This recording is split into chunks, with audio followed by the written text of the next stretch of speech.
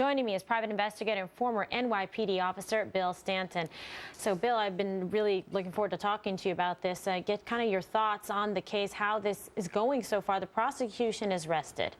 There's been a lot of testimony that they put forward, and quite a bit of it has helped, actually, the defense. But let's talk about some of the police work in this case. What are your thoughts?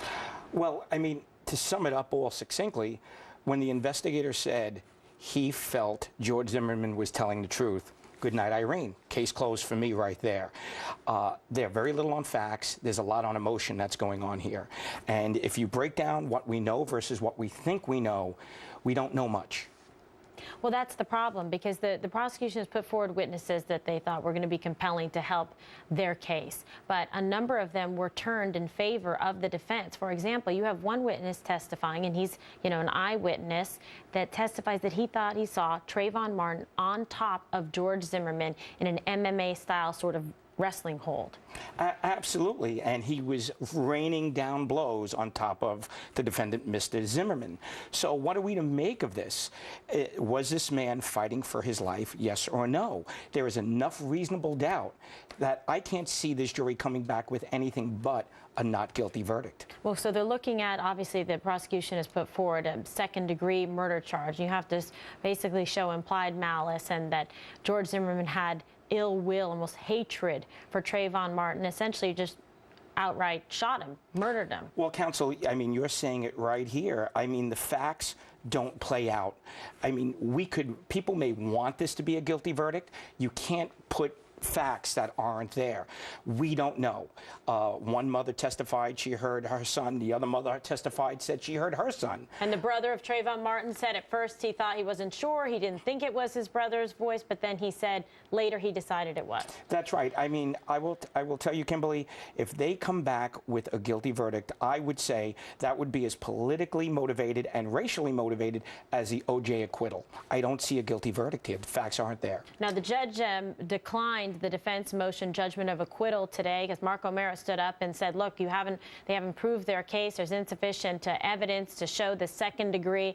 The judge in this case, Judge Nelson, denied that motion. And then, of course, we saw the defense begin their case. Based on what you've heard, the forensics, the medical examiner testimony, the prior statements of George Zimmerman that were introduced by the prosecution, should George Zimmerman even take the stand at this point in his own defense? I mean, essentially, what the defense attorney just has to say is what they said. I mean, the prosecution made the case for the defense, in my opinion. And if you are looking at the facts, just the facts, not going with, emotion, which is what the prosecution wants, I can't see a guilty verdict. I just don't see it. And let's talk about the stand your ground law. There was a Fox News exclusive where George Zimmerman sat down with Sean Hannity, and in that, George Zimmerman said that, he wasn't familiar with the stand your ground law prior to this case, prior to the death of Trayvon Martin. Do you think that's going to matter? They did show experts that came forward say, I taught him, he knew the law, we taught it to him previously. Yes, I watched the five, and I heard Beckel call Zimmerman a wuss. But when you're getting hit, for those out there that have ever been hit, you can't calculate what punch is going to knock you out, what punch isn't.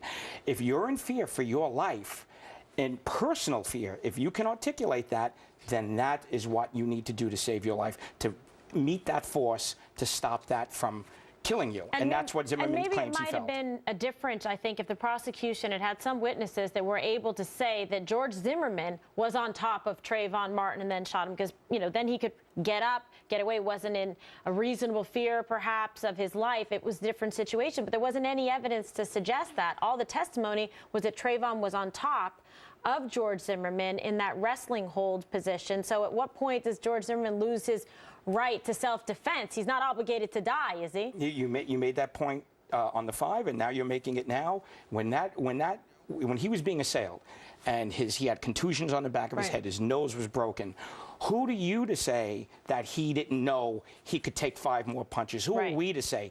It's how he felt at that moment, and I think that's what will get him an acquittal. And you saw that the police, they had this case, they declined to file the charges, etc. It wasn't until time had passed that then the special prosecutor came in and did it. Well, I think that was politically motivated. We see Mr. Sharpton. Where is he now? Very true. We just saw him in that piece there. So we'll see if he returns to that courtroom in Florida. But Bill Stanton, always a pleasure to have you in the program. Thank you. And coming up, a look